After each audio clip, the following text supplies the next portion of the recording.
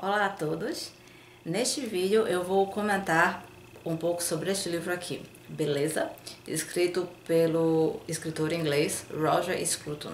Mas antes de começar a falar um pouco sobre esse livro, eu gostaria de falar um pouquinho a respeito do próprio autor. Bom, o Roger Scruton nasceu em 1944, ele faleceu neste ano de 2020, ele lutava contra um câncer há vários meses e acabou falecendo em janeiro, aos 75 anos de idade.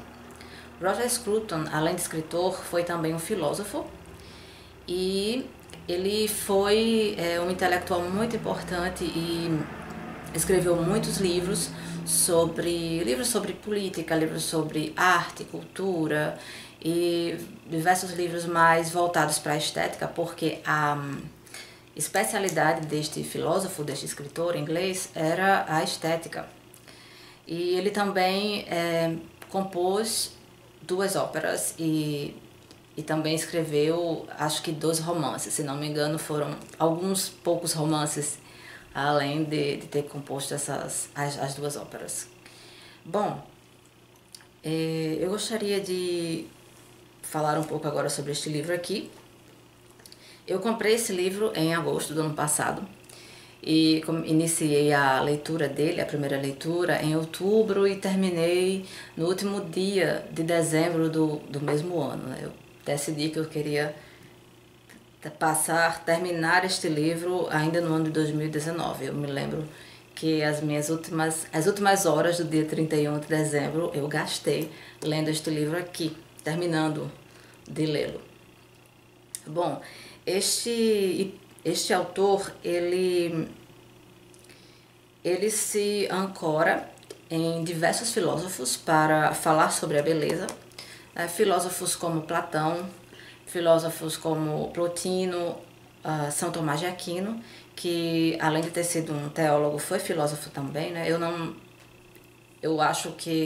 sei dizer se São Tomás de Aquino chegou a ser, é considerado o maior teólogo da cristandade, mas se ele não é o maior, ele com certeza é considerado um dos maiores, um dos mais importantes da história da cristandade. Mas, além disso, ele era filósofo, então Roger Scruton também vai mencioná-lo aqui, vai utilizar o pensamento dele a respeito da beleza para discutir no seu texto a respeito da beleza, que ele considera muito importante. Ele também vai citar aqui autores como Nietzsche, Immanuel Kant e outros. Bom, eu vou ler para vocês alguns parágrafos do prefácio, escrito pelo próprio Roger Scruton, que eu acho que é importante que para a gente começar a falar a respeito um pouco do livro. Roger Scruton inicia o prefácio dizendo o seguinte: a beleza pode ser reconfortante, perturbadora, sagrada, profana, pode revigorar, encantar, inspirar, atemorizar. Ela pode nos influenciar de inúmeras formas.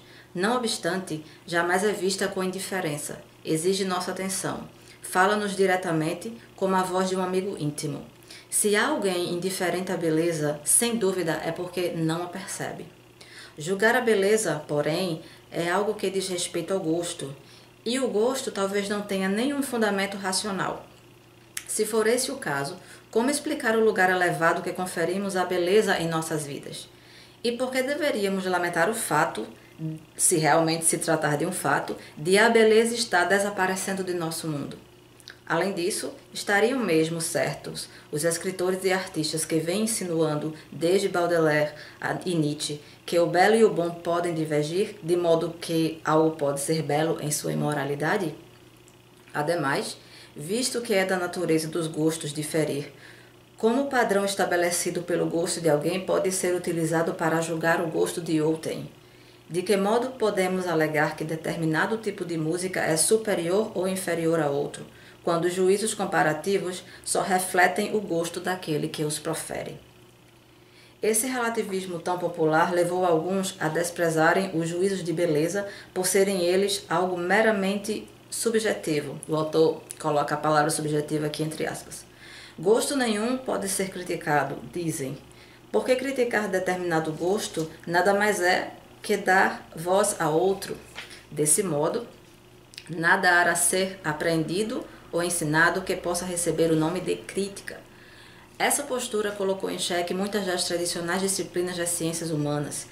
Livres do rigor do juízo estético, os estudos da arte, música, literatura e arquitetura não parecem mais ancorados na tradição e na técnica que faziam nossos antepassados declararem-nos cruciais ao currículo. Daí a atual crise das humanidades.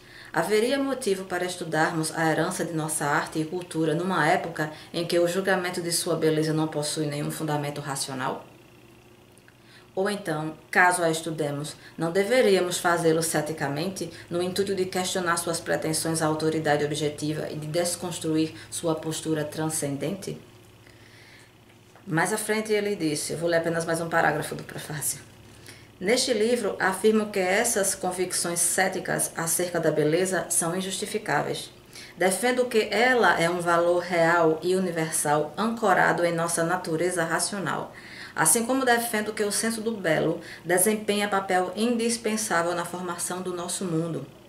A abordagem que dou ao tema não é histórica e também não estou interessado em oferecer uma explicação psicológica, muito menos evolucionária, do senso de beleza.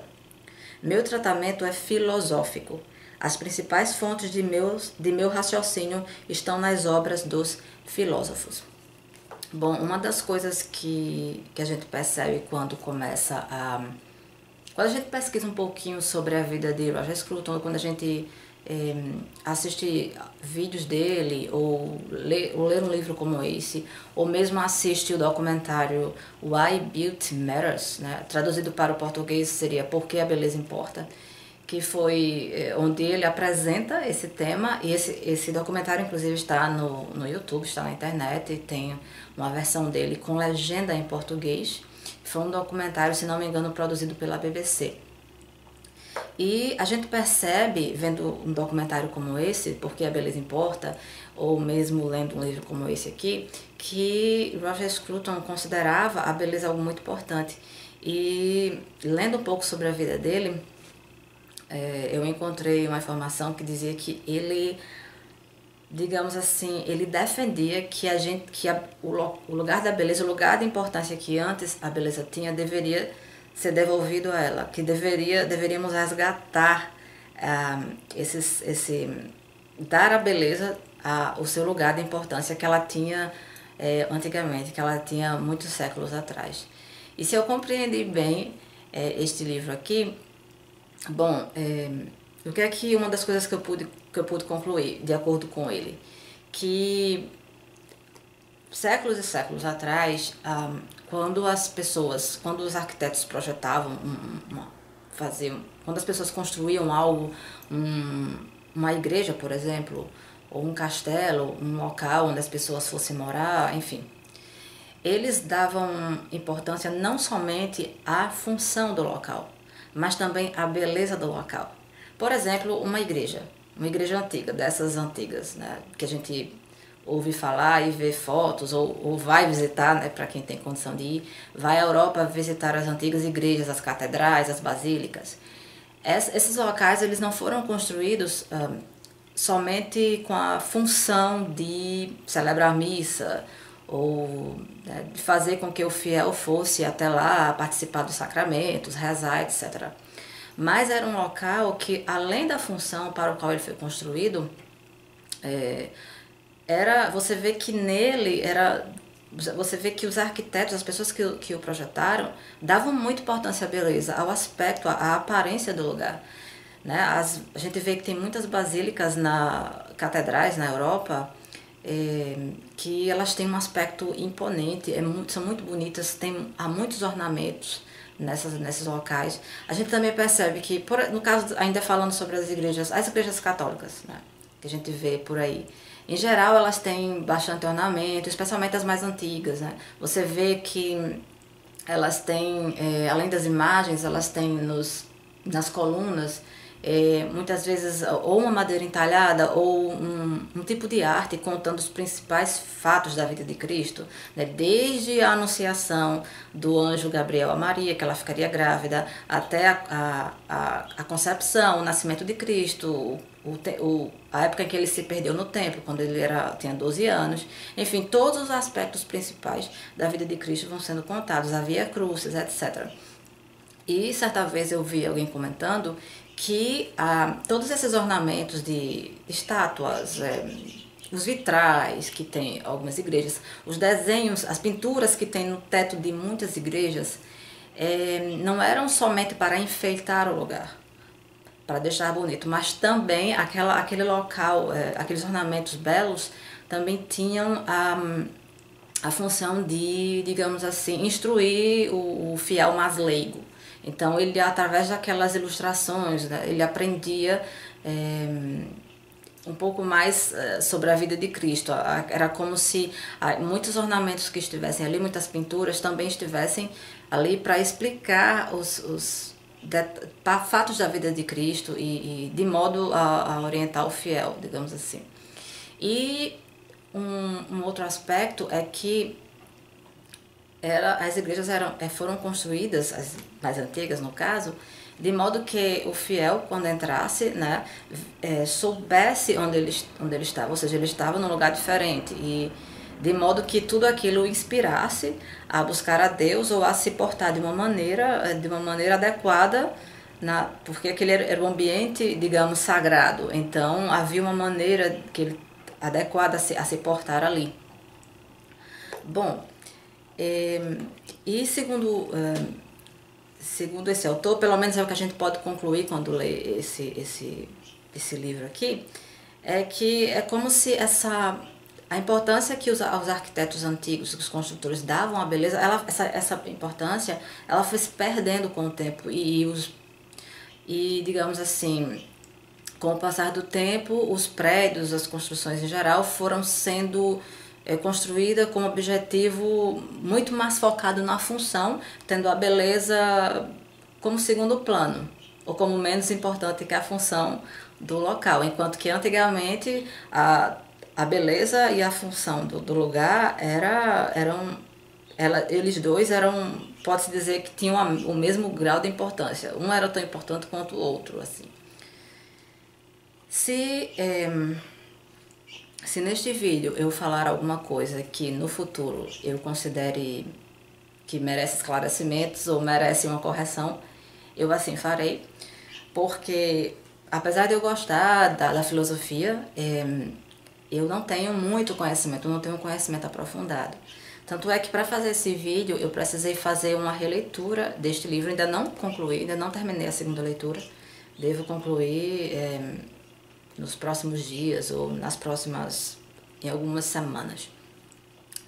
Porque eu senti essa necessidade mesmo, eu não me senti à vontade para falar sobre esse livro sem voltar à leitura dele, né? Sem reler e reler diversas passagens que eu já havia inclusive grifado, já havia marcado, e também percebi outras que seriam interessantes também aqui neste livro.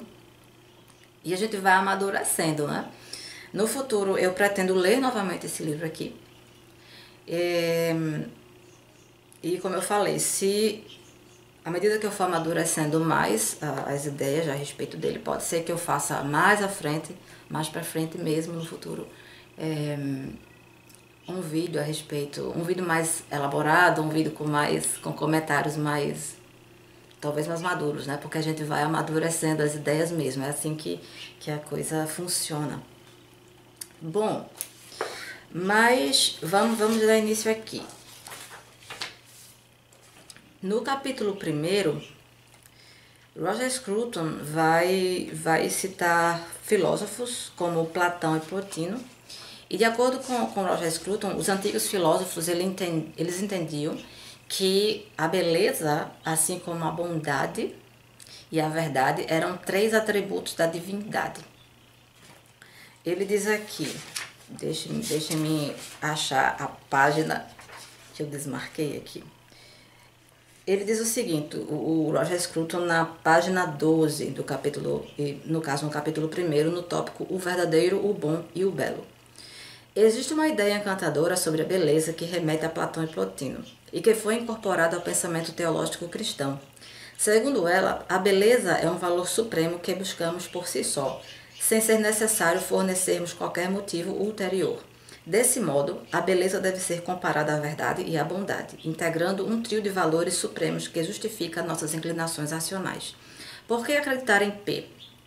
Porque P é verdadeiro. Por que desejar X? Porque X é bom. Por que contemplar Y? Porque Y é belo. De certo modo, declararam esses filósofos, tais respostas... Aliás, deixa eu corrigir, ler mais corretamente. De certo modo, declararam esses filósofos, tais respostas estão no mesmo plano, cada qual traz um estado de espírito ao âmbito da razão, vinculando-o a algo que nós, sendo seres racionais, buscamos naturalmente. Aquele que pergunta, por que acreditar no que é verdadeiro? Ou, por que desejar o que é bom? Foi aquele que perguntar, de acordo com Scruton, aquele que faz esse tipo de pergunta, por que acreditar no que é verdadeiro? Ou, por que desejar o que é bom? Pessoas que pensariam assim, segundo Scruton, são pessoas que são incapazes de compreender a natureza do raciocínio. E uma pessoa assim não percebe, de acordo com ele, que para justificarmos nossas crenças e desejos, nossa razão deve estar ancorada no verdadeiro e no bom. E na página 13, ainda falando sobre os 3 atributos, né, que os antigos filósofos, né, consideravam como sendo atributos da divindade, verdade, bondade e beleza, Roger Scruton diz assim: a confiança que os filósofos um dia depositaram nela, na beleza, se deve ao pressuposto explicitado já nas Enéadas de Plotino, de que a verdade, a beleza e a bondade são atributos da divindade, isto é, formas pelas quais a unidade divina se dá a conhecer a alma humana. Essa perspectiva teológica foi adaptada a cristãos, por São Tomás de Aquino, que a incorporou ao raciocínio sutil e abrangente pelo qual é justamente reconhecido. No entanto, não se trata de uma perspectiva que podemos sustentar, e por ora proponho que a deixemos de lado. De acordo com Roger Scruton, São Tomás de Aquino entendia que a beleza e a bondade eram a mesma coisa e eram apenas... ele era duas formas diferentes, né? Ele dizia assim, de acordo com Scruton, ele via a beleza, a bondade e a unidade como transcendentais, traços da realidade de que todas as coisas possuem, visto serem elas aspectos do ser, isto é, formas pelas quais o dom supremo da existência se manifesta ao entendimento. Ele cria ainda que beleza e bondade são, no final das contas, uma coisa só, não passando de formas distintas de apreender racionalmente uma realidade positiva. E Roger Scruton parece não concordar com isso, com essa ideia de que beleza e bondade eram uma coisa só e eram formas diferentes de você aprender uma determinada realidade. E daí o Roger Scruton faz as seguintes perguntas. Se for esse o caso, ou seja, se beleza e bondade são, na verdade, a mesma coisa, o que seria a feiura? E por que fugimos dela? Como poderiam existir belezas perigosas, belezas corruptoras e belezas imorais? Ou então, caso essas sejam impossíveis, ou seja, caso seja impossível de existir uma beleza corruptora, imoral ou perigosa, por que isso acontece e o que nos leva a pensar o contrário? E aí ele vai, lá mais à frente, o Roger Scruton vai citar autores que pensavam de maneira oposta de São Tomás de Aquino, de autores que entendiam que haviam belezas, que a bondade e que a beleza não eram uma coisa só, né? E isso é uma coisa interessante de se pensar, porque aí existe tanto a beleza natural, a beleza na natureza, a beleza humana, a beleza artística, sobre as quais ele vai tratar neste livro aqui. E daí eu fiquei pensando sobre isso, porque, vejam, há pessoas que são muito bonitas e que muitas vezes têm um belo corpo ou um belo rosto e não são boas. O fato de alguém ser belo ou de alguma coisa ser bela não significa que essa coisa ou esse alguém é bom. Eu tenho uma tendência, nesse caso, a concordar com o Roger Scruton. Na página 15, Roger Scruton vai mencionar 6 chavões a respeito da beleza. E lá na página 64, ele vai mencionar um 7º chavão. E assim, quando ele menciona esses chavões, ele vai passar a discutir sobre eles. Ele cita o primeiro chavão, a beleza nos agrada. 2, o segundo chavão, uma coisa pode ser mais bela do que outra. 3, a beleza é sempre um motivo para nos ocuparmos daquilo que a possui. 4, a beleza é objeto de um estudo. Aliás, a beleza é objeto de um juízo, o juízo do gosto. 5, o juízo de gosto diz respeito ao objeto belo e não ao estado de espírito do sujeito. Ao declarar que determinado objeto é belo, descrevo tal objeto, jamais a mim mesmo. E o sexto chavão seria: não obstante, não existem juízos de beleza de segunda mão. Você não pode me convencer a emitir um juízo que eu já não tenha feito antes, assim como não posso me tornar especialista em beleza apenas estudando o que os outros disseram sobre os objetos belos, sem tê-los experimentado e julgado por conta própria. E eu gostaria de comentar, de mostrar um pouquinho a respeito do que ele fala sobre o segundo chavão, que eu vou ler novamente. Uma coisa pode ser mais bela do que a outra. Eu particularmente concordo com esse chavão. Na página 19, Roger Scruton escreve um tópico intitulado Beleza Mínima, que é justamente onde ele vai discutir um pouco sobre esse segundo chavão, de que existem belezas maiores, né, coisas mais belas que outras.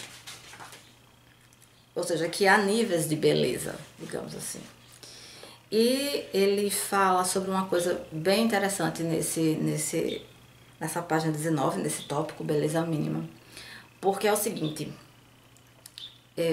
muitos de nós não têm condição de fazer uma viagem e ir até a Europa, visitar aquelas igrejas bonitas, os castelos, não só a Europa, mas a qualquer outro lugar do mundo que tenha locais bonitos, locais históricos, locais que têm uma arquitetura maravilhosa, antiga, né? Muitos de nós não têm essa condição, ou não tem tempo mesmo, né? Muitos de nós também não têm, incluindo eu mesma, muitos de nós não têm condições de comprar um quadro de um artista muito consagrado, um artista dos melhores artistas que já existiram nesse mundo, né, por serem quadros muito caros. E às vezes a gente não tem condições de ir a um museu, ou próximo, ou no local que nós moramos, na cidade onde moramos, não tem um museu de arte. Então a gente muitas vezes tem alguma limitação nesse sentido, né? E Roger Scruton, sabendo disso e deixando isso muito claro, tendo isso em vista, ele diz que é muito importante que a gente cultive a beleza nas nossas vidas. E isso aqui é o que ele chama de beleza mínima. Ele diz assim: as coisas muitas vezes podem ser comparadas e classificadas de acordo com sua beleza. E há também uma beleza mínima, o belo em seu grau mais baixo. Daí lembrem-se do segundo chavão, que existem coisas mais belas que outras. O belo em seu grau mais baixo, o qual pode estar muito longe daquelas belezas sagradas da arte e da natureza que são examinadas pelos filósofos. Existe um minimalismo estético que é exemplificado pelo ato de pôr a mesa, de arrumar o quarto e de projetar um website. No entanto, de início parece bem distante do heroísmo estético ilustrado pelo êxtase de Santa Teresa de Bernini ou pelo cravo bem temperado de Bach. Não nos dedicamos a essas atividades, ou seja, essas pequenas atividades, né, de arrumar a mesa, o quarto, etc., do mesmo modo como Beethoven se dedicou a seus últimos quartetos. Assim como não esperamos que elas sejam lembradas para sempre como um dos triunfos do fazer artístico. Não obstante, queremos que a mesa, o quarto ou o website pareçam bons. E isso é algo que importa da mesma maneira como a beleza geralmente importa, não apenas porque agrada aos olhos, mas porque transmite significados e valores que nos são relevantes e que desejamos conscientemente expressar. Então, isso é uma coisa bem interessante de se observar, né? Porque eu particularmente considero importante também que a gente tem que manter uma certa beleza no nosso espaço. Se não conseguirmos fazer isso em todo o ambiente da nossa casa, mas tenhamos pelo menos um dos cômodos assim, né, de maneira organizado, bonito, com um aspecto bonito. Claro que eu não estou falando aqui que a gente tem que gastar um monte de dinheiro, comprar um monte de ornamento, coisa assim. Mas a gente pode usar o que a gente tem, né, para ordenar nosso espaço, porque isso é uma coisa que agrada, é agradável de ver o nosso espaço bonito, o nosso espaço bem organizado, desde uma cama bem forrada, uma estante de livros bem organizada. Então são coisas que nos agradam à vista e como ele fala aqui, é uma forma nossa de expressão. É uma beleza menor, mas é beleza, né? Então que a gente cultive isso. Bom, e aí ele fala, ainda nesta página 19, o seguinte: esse chavão é de enorme relevância para a compreensão da arquitetura. Veneza seria menos bela sem as grandes construções que adornam suas orlas. E aí ele cita o exemplo da Basílica de Santa Maria da Saúde, projetada pelo arquiteto Baldassare Longhena. E eu vou inclusive deixar links na descrição deste vídeo, links de fotos dessa basílica. Tem uma vista dela mais ou menos de frente e uma outra vista que você pode ver a basílica a partir do grande canal, que é uma coisa muito bonita, né? E ele diz assim, sobre construções como a Basílica de Santa Maria da Saúde: essas construções, contudo, possuem vizinhanças modestas, ou seja, apesar de elas serem pomposas, delas terem uma arquitetura linda, delas serem bonitas, imponentes e terem uma beleza assim enorme, elas possuem vizinhanças modestas, que não as rivalizam ou ameaçam. São vizinhanças cuja principal virtude reside precisamente nessa afabilidade, em sua recusa a chamar a atenção ou a almejar a elevada condição de arte superior. Belezas arrebatadoras são menos importantes na estética da arquitetura do que a adequação das coisas, a qual cria um contexto sereno e harmonioso, uma narrativa contínua, como aquela que encontramos numa rua ou numa praça, onde nada se destaca e as boas maneiras prevalecem. Então, quando vocês clicarem nos links das fotos dessa basílica, vocês vão observar que o entorno da basílica, né, ele tem outras construções, mas e elas são bonitas, claro, elas são muito bonitas, mas elas não têm uma beleza no nível assim, elas não são mais bonitas que a basílica, digamos assim, elas não se destacam. É o contrário, elas têm uma beleza que é muito bem, como é que eu poderia dizer, é uma beleza que fica em harmonia com a beleza exuberante da basílica. E aí mais à frente ele diz: muito do que é dito sobre a beleza, sobre sua importância em nossas vidas, ignora a beleza mínima de uma rua despretensiosa, de um bom par de sapatos ou de um pedaço refinado de papel de presente. É como se essas coisas pertencessem a uma ordem de valor distinta da ordem de valor de uma igreja construída por Bramante ou de um soneto escrito por Shakespeare. Não obstante, essas belezas mínimas são muito mais importantes para a nossa vida. Ou seja, as belezas que ele mencionou antes, né? Ele dá o exemplo, o website, arrumar o quarto, etc. Arrumar uma estante de livros.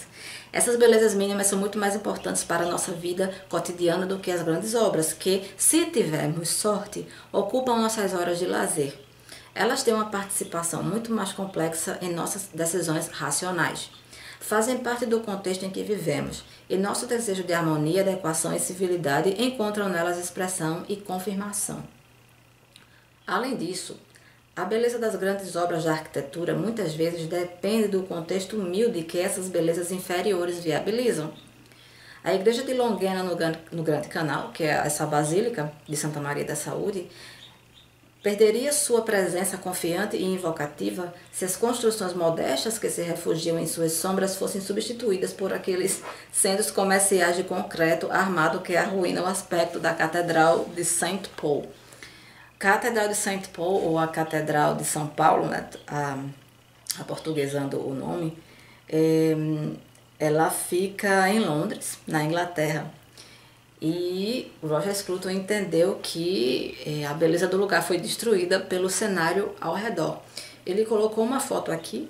Eu não achei esta foto na internet. Eu achei outras fotos dessa Catedral de Saint Paul, ou Catedral de São Paulo. E tanto achei uma foto feita no ar, né, uma foto aérea. Achei também uma pintura lindíssima de um dos meus pintores favoritos, que é Canaletto.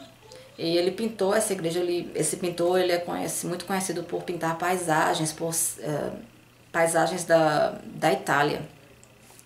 E tem um desenho também, eu achei uma imagem de um desenho antigo e uma foto em que a gente pode ver que o entorno dessa catedral, apesar dela ser dela ser de uma arquitetura antiga, ela está cercada por prédios, por edifícios com uma arquitetura mais moderna. E para Scruton isso não é um cenário adequado.